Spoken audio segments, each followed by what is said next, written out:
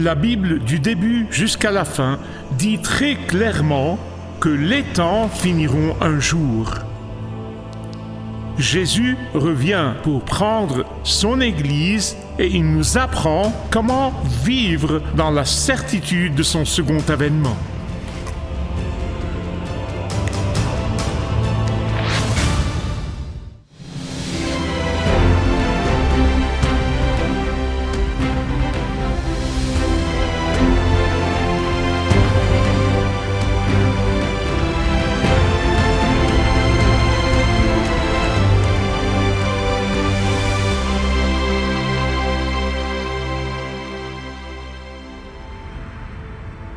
Tout au long de l'histoire, certains ont cherché à prédire précisément quand le dernier jour viendra et quand le retour du Seigneur aura lieu. Précisément, je veux dire au jour près. D'autres, bien sûr, comme nous le savons aujourd'hui plus que jamais, sont les négateurs, ceux qui non seulement nient la venue du Christ, mais disent « Oh, pendant 2000 ans, on a dit que le Christ allait revenir, il ne viendra pas. » Mais même de mon vivant, comme la plupart d'entre vous, j'ai rencontré des gens qui pensaient savoir exactement quand le Seigneur reviendrait et quand le monde prendrait fin. C'est incroyable pour moi, car le Seigneur Jésus-Christ lui-même a dit « Personne ne connaît l'heure sauf le Père ». Pourtant, cela ne les a pas empêchés d'essayer. Mais bien-aimés, je veux vous dire que plus dangereux encore, c'est déjà assez dangereux, mais plus dangereux encore, sont ceux qui, aujourd'hui, nient complètement la seconde venue du Seigneur Jésus-Christ. Bien-aimés, écoutez-moi, les négateurs et les sensationnalistes, je viens d'inventer un mot, se trompent tous les deux. Tous deux ont tort. C'est pour cela que c'est de la plus haute importance pour nous tous d'entendre les paroles de notre Sauveur, de la source, le Seigneur Jésus-Christ lui-même, sur cette question. Et il nous dit comment vivre à la lumière de cette grande espérance que nous avons de la certitude de son retour. La Bible, du début à la fin, dit clairement que l'histoire prendra fin un jour, que Jésus reviendra pour ramener ses enfants au ciel et punir les méchants. Que la seconde venue de Jésus mettra fin au monde tel que nous le connaissons, tout comme la première venue du Seigneur Jésus-Christ était un événement historique, la seconde venue sera aussi un événement historique. La doctrine de la seconde venue du Christ est un élément essentiel et important de l'Évangile. Chaque détail de la Bible concernant la seconde venue de Christ s'accomplira avec la plus grande minutie et la plus grande précision. Tout comme la première venue du Seigneur a accompli toutes les déclarations prophétiques de l'Ancien Testament concernant sa première venue, la seconde venue accomplira toutes ces déclarations. Par conséquent, quiconque nie, obscurcit, interprète mal ou abandonne la vérité de la seconde venue du Christ sera sévèrement jugé. À la fin de la parole de Dieu, la Bible, le tout dernier livre dans l'Apocalypse, chapitre 22, versets 18 et 19, l'apôtre Jean dit « Je le déclare à toute personne qui écoute les paroles de prophétie de ce livre. Si quelqu'un y ajoute quelque chose, Dieu lui ajoutera le fléau décrit dans ce livre. Et si quelqu'un enlève quelque chose aux paroles du livre, de cette prophétie, Dieu enlèvera sa part de l'arbre de la vie et de la ville sainte décrit dans ce livre. La plupart d'entre vous savent que les chrétiens sont divisés sur les moindres détails concernant la seconde venue du Christ. Ils sont divisés sur l'enlèvement, le règne millénaire ou la tribulation. Est-ce au milieu? Est-ce avant, après, le présent ou autre chose? Tout cela, et je vous le dis, j'ai étudié toutes ces positions différentes parce qu'elles sont défendues par des personnes que j'aime et que je respecte, des personnes qui aiment Dieu et aiment la parole de Dieu, chacune d'elles. Mais je suis arrivé à ma propre conclusion et je crois que c'est le Seigneur et la conviction de la parole de Dieu. Ma conclusion est la suivante. Je dois vivre chaque jour dans un état de préparation. Que j'aille à lui en premier ou qu'il revienne me chercher, je suis heureux dans les deux cas. Je le suis et je le dis au Seigneur littéralement chaque jour. J'ai mes bagages spirituels prêts et préparés. Il peut me rappeler à la maison à tout moment ou revenir à tout moment. Je ne perdrai pas mon temps, je ne perdrai pas ma vie à discuter et à débattre des subtilités du retour du Christ. Si Jésus vient maintenant ou demain, je continuerai à prêcher, je le terminerai. Je ne monterai pas sur le clocher pour le chercher. Je serai là à prêcher, à terminer le sermon.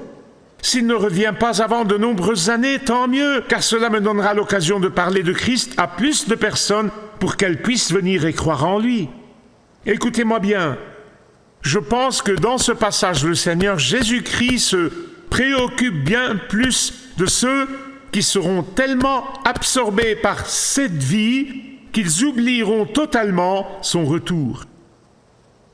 Regardons le verset 35. « Mettez une ceinture à votre taille et tenez vos lampes allumées. » Dans la langue originale, il s'agit plus d'une interprétation que d'une traduction, car la traduction littérale dit « saignez les reins ». Bon, cette expression vient de l'époque de Jésus où hommes et femmes portaient des robes flottantes, longues, des cafetans ou autres. Et elles étaient merveilleuses pour discuter tranquillement, mais elles ne sont pas vraiment très adaptées aux travaux manuels ou aux champs de bataille. Elles vous gêneront vraiment, elles vous feront trébucher et vous feront tomber. Donc ce qu'il dit littéralement, c'est prenez ces vêtements et glissez-les dans votre ceinture, glissez-les bien dedans, dans votre écharpe pour que vos mouvements soient libres. Il prend cette image et il l'applique à l'esprit. Vous voyez, notre pensée, visualisez-le avec moi, est comme une robe flottante. Elle peut être éparpillée partout, n'est-ce pas ? Nous sommes confrontés à toutes sortes de distractions, beaucoup de choses qui peuvent nous faire trébucher dans notre marche et dans l'attente de la venue du Christ. Maintenant, que ce soit des choses qui nous pèsent dans nos circonstances ou dans les problèmes de la vie, nous devons les mettre de côté pour rester concentrés sur la venue du Christ, pour rester concentrés sur ce grand jour. Que toutes vos actions, que toutes vos décisions que vous prenez, que tous vos choix dans la vie soient motivés par ce grand jour. Il dit aussi, tenez vos lampes allumées. C'est toujours le même verset, verset 35. Encore, ce langage vient de l'époque de Jésus où l'on utilisait des lampes, des bougies ou des torches pour se déplacer dans l'obscurité et voir où l'on allait. C'était le but de la lampe. Ces lampes représentaient la connaissance. La connaissance. Mais il ne suffit pas d'avoir la connaissance intellectuelle. Ce n'est pas de cela qu'il parle. Vous devez être vigilant quant à votre direction, votre marche, votre mode de vie et votre destination. Assurez-vous que la connaissance de la venue du Christ motive votre vie, vous maintient en état de vigilance, en état de préparation pour ne pas être surpris à son retour. Dans Matthieu 25, le Seigneur Jésus-Christ nous raconte la parabole des 10 vierges. 5 avaient de l'huile dans leurs lampes et dès que l'époux est arrivé, elles étaient prêtes, les autres ne l'étaient pas. Premièrement, nos esprits ne doivent pas être distraits. Deuxièmement, nos lampes doivent être remplies d'huile et allumées. Troisièmement, au verset 36 à 38, vous devez être un serviteur fidèle. Comment décrit-on un serviteur fidèle? Le Seigneur Jésus-Christ lui-même nous le dit ici. Et la raison pour laquelle il utilise l'image d'un mariage juif, c'est qu'un mariage juif, contrairement au nôtre, vous savez, on arrive à 6 heures et la réception est à 7 heures ou à 9 ou peu importe. Non, un mariage juif durait très, très, très longtemps. On ne savait jamais quand il commençait ni quand il se terminait. C'est l'image qu'on se fait ici. Ils avaient compris. Du coup, ils étaient toujours prêts dès l'arrivée du marié. Ils étaient prêts à faire la fête, n'est-ce pas? Cette incertitude n'allait pas décourager un serviteur fidèle. Il était habillé, prêt, sa lampe allumée. Quelle que soit l'heure de la nuit où le maître se présentait, le serviteur fidèle était non seulement habillé, prêt, la lampe allumée, mais il était prêt à partir. Vous savez, dans ma vie, avant cette église, j'ai beaucoup voyagé à l'étranger. Parfois, je pensais que c'était un peu trop. Je faisais littéralement des voyages tout le temps. Je faisais le tour du monde, je faisais 7 escales et j'essayais de rentrer chez moi après 10 jours. Je ne voulais pas rester loin de chez moi plus de 10 jours. Mais la plus grande joie, c'est quand je rentre à la maison et ma famille m'attend et la joie qu'ils ressentent à mon arrivée, c'est indescriptible. Et cette image est similaire ici au verset 38. C'est bien pour ces serviteurs que leur maître les trouve prêts. Ils ne sont pas seulement habillés et leur lampe allumée, mais ils sont toujours prêts. Et peu importe l'heure, que ce soit la 2e ou la 3e veille, qu'est-ce que c'est? La 2e veille allait de 10 heures de la nuit à 2 heures du matin. La 3e veille allait de 2 heures du matin à 6 heures du matin, ce qu'on appelle le service de nuit. Cela nous montre qu'une bénédiction particulière et très spéciale est réservée à ceux qui attendent le Seigneur. N'est-ce pas incroyable? Ceux qui sont prêts ne sont ni ceux qui revêtent des robes blanches et se dirigent vers les montagnes en fixant des dates, ni ceux qui sont tellement embourbés dans cette vie, dans les affaires de cette vie, dans les circonstances de cette vie, qu'ils ne pensent pas au retour du Christ, ni l'un ni l'autre. Nous devons être habillés et prêts, mentalement, émotionnellement, spirituellement et à tous égards. Donc notre lampe est allumée, témoignant constamment de la lumière du Christ. Éveillés, non endormis. Et quatrièmement, le propriétaire de la maison est constamment vigilant. Regardez les versets 39 et 40. Vous savez, au Moyen-Orient, à l'époque comme aujourd'hui, la plupart des cambriolages n'avaient pas lieu pendant la journée.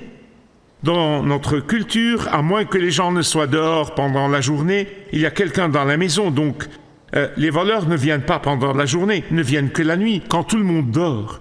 Et ils entrent et sortent, ils prennent ce qu'ils sont venus chercher, puis s'enfuient. C'est pour cela que Jésus a dit de son retour à certains qu'il sera comme un voleur dans la nuit, qu'ils en seront totalement inconscients, ils n'en auront aucune idée, ils n'y penseront pas. Ils ne sauront pas qu'un jour, pendant leur sommeil, il allait entrer furtivement. Si le propriétaire de la maison savait exactement à quelle heure le voleur viendrait, il resterait éveillé toute la nuit, prêt à défendre sa famille et défendre ses biens. Et c'est pourquoi, souvent le maître de maison dormait à peine. Et la Bible parle du berger. Vous connaissez le bon berger ? Encore aujourd'hui, il dort avec un œil fermé et l'autre ouvert, car il veut protéger ses brebis.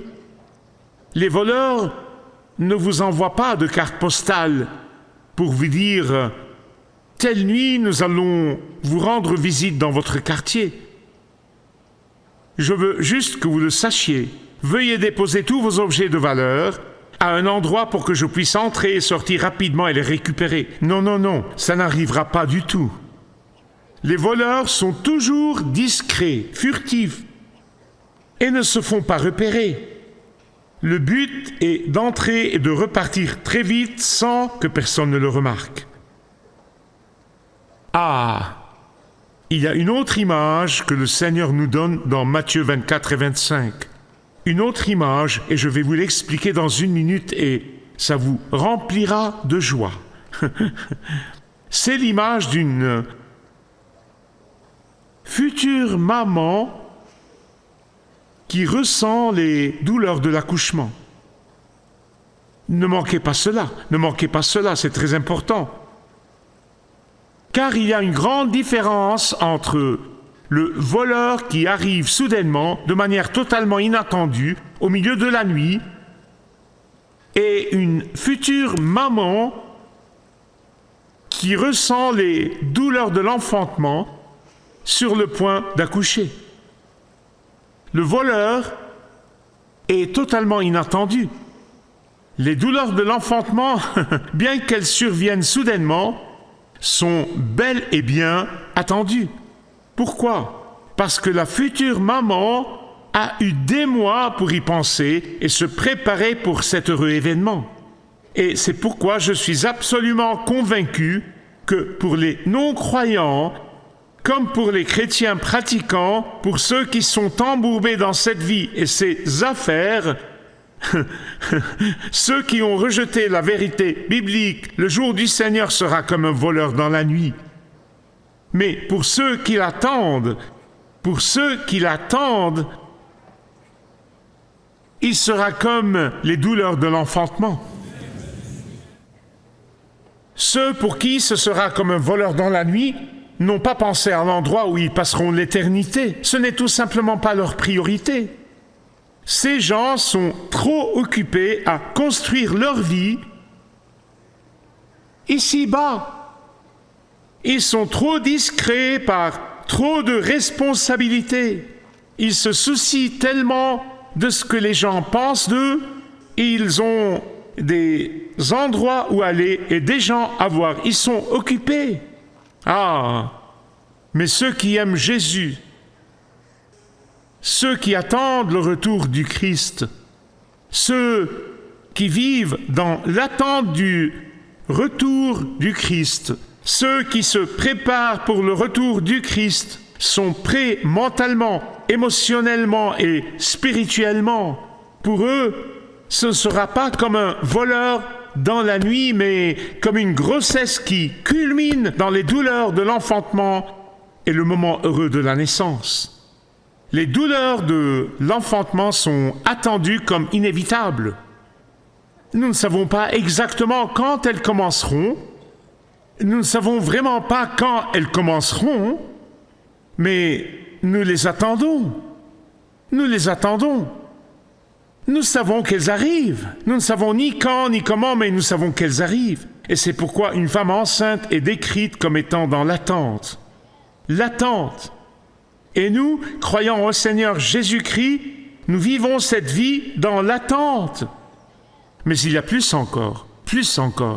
Les douleurs de l'enfantement, qui sont d'ailleurs douloureuses et pénibles à vivre, annoncent la joyeuse délivrance.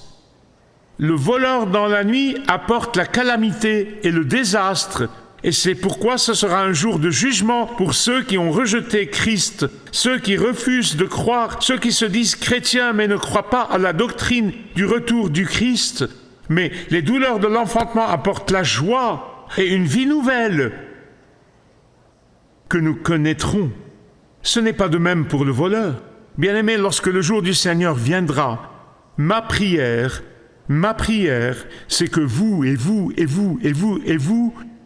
soyez prêts dans l'attente. Soyez préparés. Et non comme un voleur dans la nuit, un jour de jugement. Soyez toujours préparés, habillés et prêts. Soyez toujours prêts. Servez toujours et donnez et attendez ce jour. Travaillez toujours avec ce jour en tête. Versets 41 à 48, il y a des conséquences sur l'état de préparation. Pierre pose la question au verset 41. « Seigneur, est-ce à nous que tu adresses cette parabole ou bien à tout le monde ?» Il ne répond pas directement à sa question, mais il lui donne indirectement une autre parabole. Premièrement, il dit que les croyants fidèles, prêts pour le retour du Christ, seront particulièrement bénis. Il y a une bénédiction réservée à leur nom. C'est pourquoi, parmi les 5 couronnes de la Bible, Paul a dit qu'il y en avait une qui est spécifiquement dédiée et qui sera donnée à tous ceux qui aiment son avènement.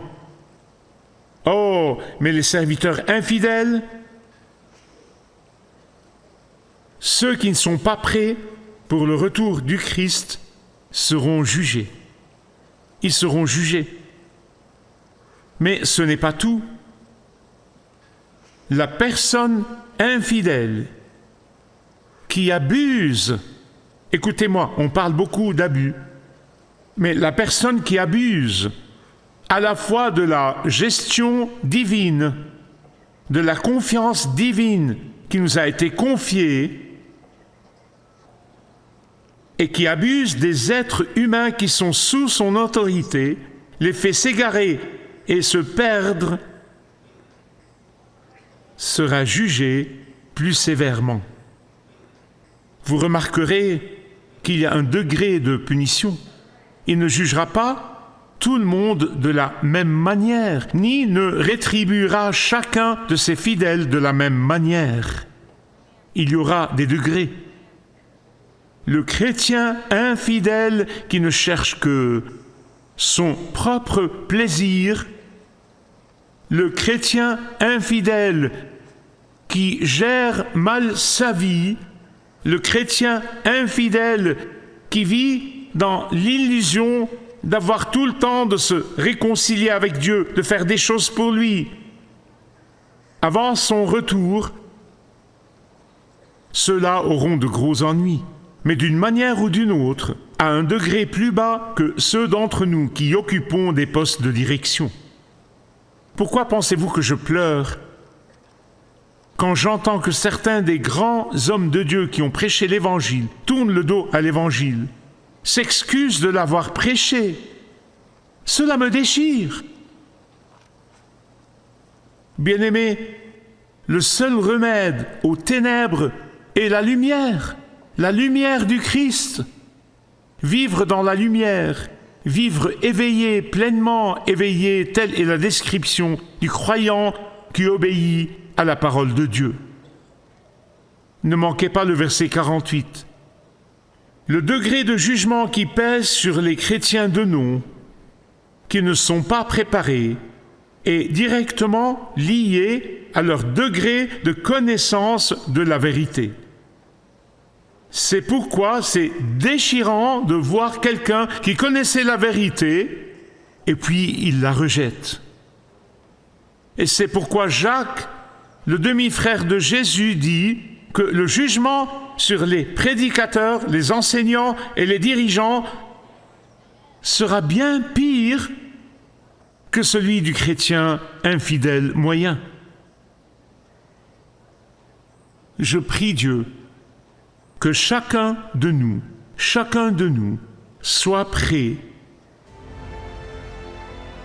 lorsque Dieu réglera ses comptes. Menons notre vie habillés et prêts, les lampes allumées, éveillés, prenant toutes nos décisions en pensant à ce jour. Puis-je avoir un amen?